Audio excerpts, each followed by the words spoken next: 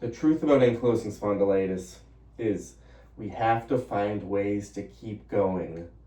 When everything in our body is telling us we can't do it, the stiffness, the tightness, the fatigue, the random symptoms, the ever-changing symptoms, everything is telling our body, especially in the morning, that we can't do it.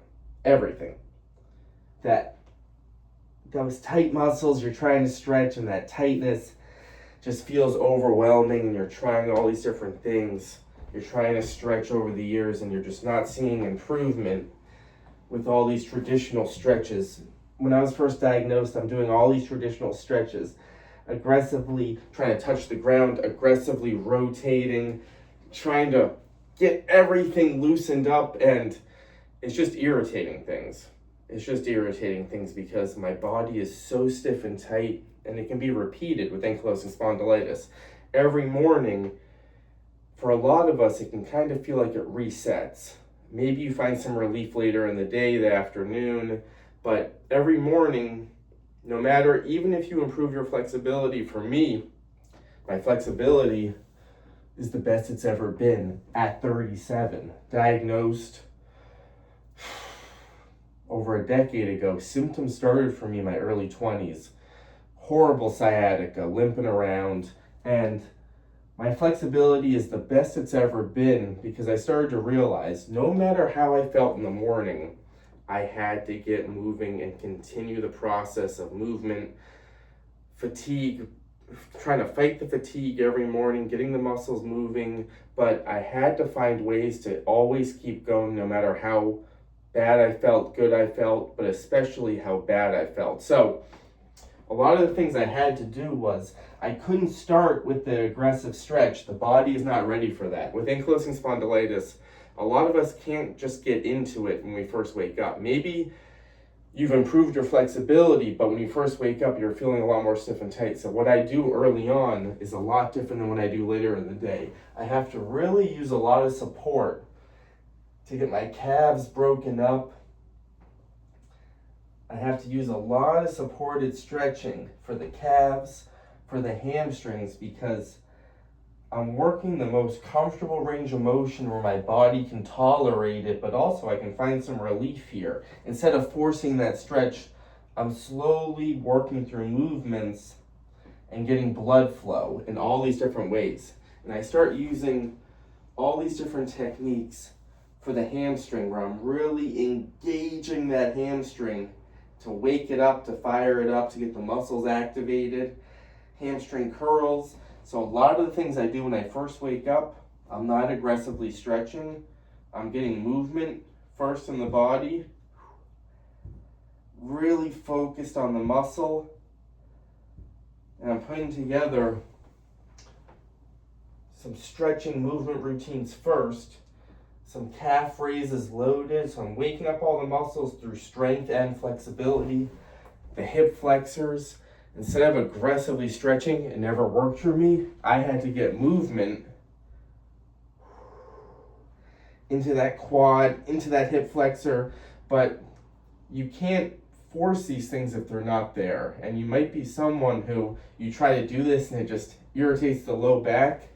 And the most important thing is finding that perfect range of motion. It could be just a couple reps, has to be pain-free. Everything we do has to be pain-free. The more we force, the more discomfort, inflammation, all that gets worse and worse and worse if we're forcing it. So you have to find things, what can I do that feel good? You're challenging the body, but it has to be in the right pace. So maybe you're someone really tight and weak hip flexors, hamstrings, so you're working on strengthening these areas slowly, finding that appropriate range, appropriate way to do it. For me, I didn't just start here. It was a really gradual process of doing squats supported so I can protect the low back, start getting the body accustomed to the movement. And then over time, I'm working on my range of motion standing. I'm also using support when I'm really stiff and tight. So that brings me back to the morning. Maybe I try to do a squat in the morning and the low back's bothering me. That's when I have to say, all right, let me warm this up with a little support. And this just feels a lot better. And I can start working on this, straightening out the back a little bit with support. And some people might start here very gradually, but say, hey, what if I'm trying that, Alex, and my knee's hurting? We have to regress it. We can't force through any sort of pain in the SI joint, in the knee. We have to try different things, see if it helps. Maybe you go back to the start. All right, let me go back to the supported variation first, build that up, and then over time, your body gets more accustomed to it. And that's what I've thought about all across fitness. How do I find the perfect range of motion, strength, stretch exercise that can really help me loosen up without making things worse? When we force things, it always makes it worse. So find those variations that you can build on. Loosening up the calves. For me, like I said, movement for me in the morning in a stretched position, very slowly over time, is what led me to get deeper, deeper, and deeper. And now I can really easily get into these positions pain-free. But there was a time when it was painful, and the more I forced it, the worse it got, and the least chance I had of getting into that position became, if I forced it, pain. We can't have it. You have to find the range of motion that works for you.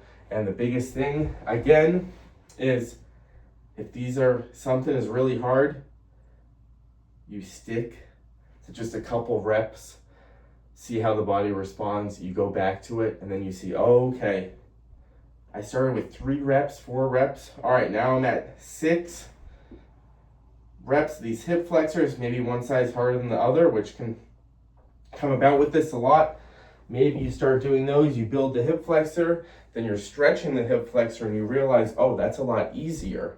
That muscle's a lot stronger, and I'm able to get into this position a lot easier. And you'll start to see the strength training, the calf strength training, the hamstring strength. You start building these, body weight, you add weight over time, becomes a lot easier, and over time you see that flexibility really improve because the muscle gets stronger. So keep searching for different areas to build things. Don't be afraid of starting really, really small, little by little, little by little. Everything I've done, little by little, and over time I started to really see the body really respond to that. And it took a lot of hard work, but also kind of took just the right approach. And I tried a lot of different approaches before, and they made things worse. Again, the aggressive stretching just made things worse. So I had to find ways to strengthen slowly, build it slow, and over time, my goal is to always keep building, keep finding different ways to strengthen, to move. And as I'm saying, we're using support a lot. For me, support in the morning, because I might not, in the morning, maybe this doesn't feel great. Maybe I can do it, but it doesn't feel great, so I never start there. Keep going, guys. Keep finding different ways to improve the flexibility, get stronger. It's the most important thing. See you next time.